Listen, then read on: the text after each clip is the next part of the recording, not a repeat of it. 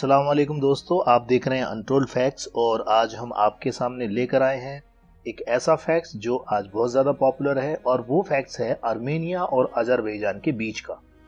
इन दोनों के बीच में लड़ाई झगड़े का कारण क्या है और ये आपस में लड़ क्यों रहे हैं। लेकिन ये वर्तमान में दिखने वाला कॉन्सेप्ट सिर्फ इतनी सी बात नहीं है। आर्मेनिया और अजरबैजान के बीच जो आज जंग है इसका इतिहास बहुत पुराना है। और वो क्या इतिहास है? वर्तमान में दिखने वाली लड़ाई ये सिर्फ वर्तमान की लड़ाई नहीं है, इसका ताल्लुक इतिहास से जुड़ा है।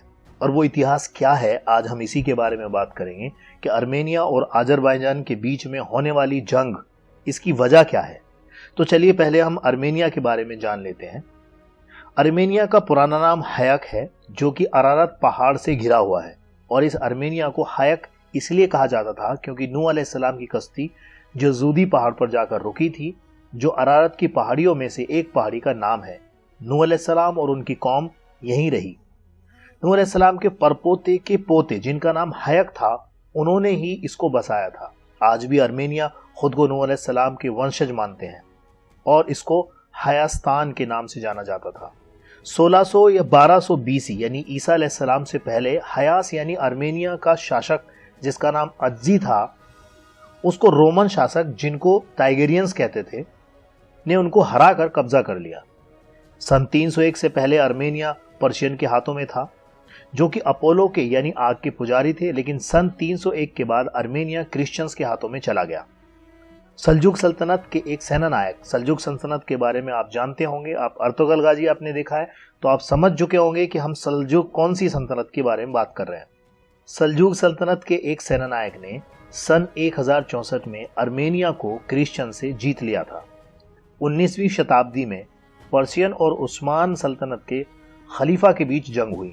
आर्मेनिया और उनके आसपास का इलाका दो भागों में बट गया, यानी कुछ इलाका आर्मेनिया के पास चला गया और कुछ इलाका खलीफा के पास। लेकिन इससे पहले 591 में हरकुलिस भी इस जमीन पर अपना साम्राज्य स्थापित कर चुका था। आर्मेनिया का इतिहास शुरू से ही जंग का रहा। हरकुलिस के बाद और भी जंग हुई, लेकिन सन 645 में अरब के खलीफा ने आर्मेनिया को जीतकर अपने अधीन कर लिया। सन 1071 में बेंजेटाइन और सल्जुक सल्तनत के बीच जंग हुई, जिसमें सल्जुक सल्तनत की जीत हुई और सारा आर्मेनिया और अनातोलिया सल्जुक सल्तनत के खाते में चला गया। उसके काफी समय बाद रसियन ने इस पर अपना कब्जा जमा लिया और 1990 से पहले तक यह रूस का हिस्सा रहा। लेकिन आर्मेनिया अपना देश आजाद कराना चाहते थे, इसलिए उन्होंने जन क्रांति शुरू कर दी और 23 अगस्त सन 1990 को आर्मेनिया रूस से आजाद होकर एक अलग देश बन गया। 21 सितंबर सन 1991 को इसकी स्थापना हुई और 20 दिसंबर 1991 को ही आर्मेनिया को इंटरनेशनल मान्यता मिली। सन 1992 में आर्मेनिया और अजरबैजान के बीच जंग हुई, जिसमें काराबख की जंग के नाम से जाना जाता है। और उसी जंग में आर्मेनिया ने अजरबैजान के एक हिस्से पर कब्जा कर लिया।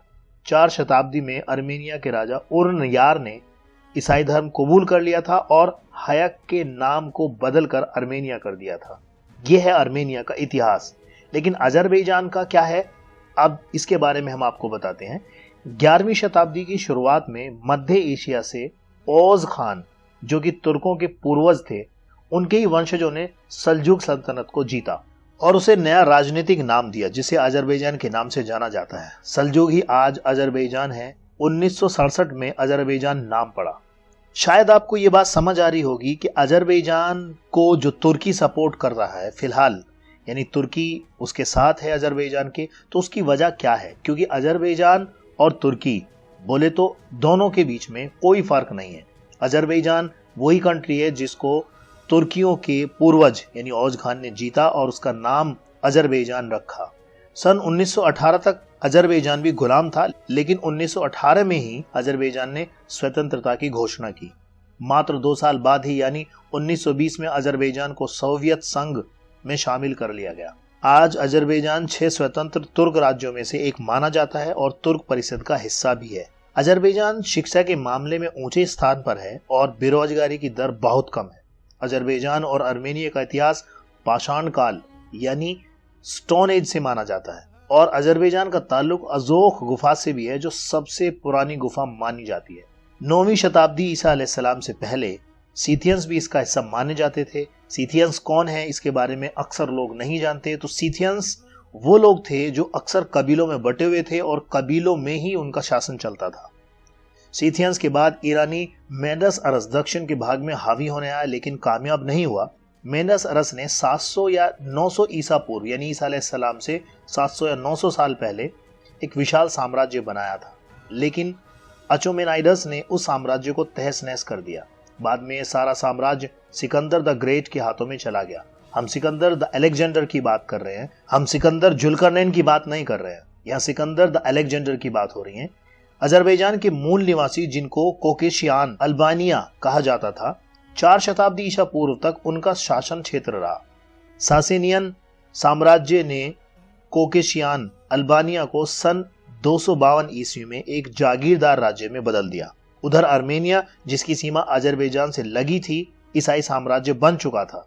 7वीं शताब्दी के थोड़ा पहले कोकेशियान अल्बानिया फारस की मुस्लिम जीत के कारण थोड़ा बहुत मुस्लिमों के अधीन हो चुका था। उमैयद खलीफा ने ट्रांसकोसिया से सिसेनियन और बेंजेटाइन दोनों को खदेड़ कर भगा दिया। अजरबैजान में कोकेशियान, आर्मेनिया, ईरानी और पुरानी अजरी भाषाएं बोली जाती थी। इससे पता चलता है कि अजरबैजान पर भी दुनिया के अलग अलग साम्राज्यों ने हमला कर अपना अधिकार जमाया था। तैमूर का साम्राज्य भी यहां तक फैला, लेकिन उसकी मौत के बाद 2 स्वतंत्र राज्य बने जिन्हें काराकोइलू और कुनुयन लू के नाम से जाना गया।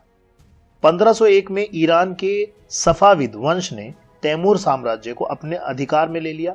सन 1600 के आसपास सफाविद ने वहां की सुन्नी आबादी को शिया में बदल दिया। ऐसा ही उन्होंने ईरान में किया था। 1538 में सफाविद राजा तहमास ने उन्हें सत्ता नहीं सौंपी, लेकिन राज करने का अधिकार उनको दिया हुआ था। लेकिन बाद में पूरा तैमूर साम्राज्य सफाविद साम्राज्य में मिला लिया। उस्मानिया खिलाफत के खलीफा का सफाविद से युद्ध हुआ और अजरबैजान के कुछ हिस्सों पर कब्जा कर लिया गया। 17वीं शताब्दी में सफाविद राजा अब्बास ने उस्मानिया खलीफा को हराकर बाहर कर दिया। 1722 में रूस और फारस की जंग के बाद रूसियों ने बाकू और उसके दूतों पर कब्जा कर लिया। 19वीं शताब्दी तक अजरबैजान ईरानी शासन के अधिकार में रहा। तो ये थी अजरबैजान की कहानी। उससे पहले हमने बताई आर्मेनिया की कहानी, लेकिन आज आर्मेनिया और अजरबैजान के बीच जो लड़ाई है उसकी वजह हमने आपको बता दी, लेकिन शायद आपने नोट नहीं किया होगा। तो इस बात को हम दोबारा से एक बार फिर रिपीट कर लेते हैं। 1922 में सोवियत संघ के बिखर जाने पर काराबख की जो जंग हुई थी, जो लड़ाई हुई थी जिसमें आर्मेनिया ने अजरबैजान के एक हिस्से पर अपना कब्जा जमा लिया था, तभी से लेकर आज तक इन दोनों के बीच खिंचातानी चली आ रही है। और यही वजह है कि जो आज अजरबैजान और आर्मेनिया के बीच में लड़ाई है। और सल्जुक सल्तनत का नाम ही सल्जुक को बदलकर अजरबैजान कर दिया गया, इसीलिए तुर्की अजरबैजान के साथ है। तो दोस्तों, मेरी जानकारी आपको उम्मीद करता हूं पसंद आई होगी। ज़्यादा से ज़्यादा इसको शेयर करें ताकि लोग जान सकें कि अजरबैजान का एक्चुअल नाम क्या है। आर्मेनिया की शुरुआत नूह अलैहिस्सलाम से है। और हमें इंस्टाग्राम पर भी फॉलो करें, फेसबुक पर भी फॉलो करें। इसी के साथ मैं इजाज़त चाहता हूँ। शुक्रिया। अस्सलाम वालेकुम। जय हिंद।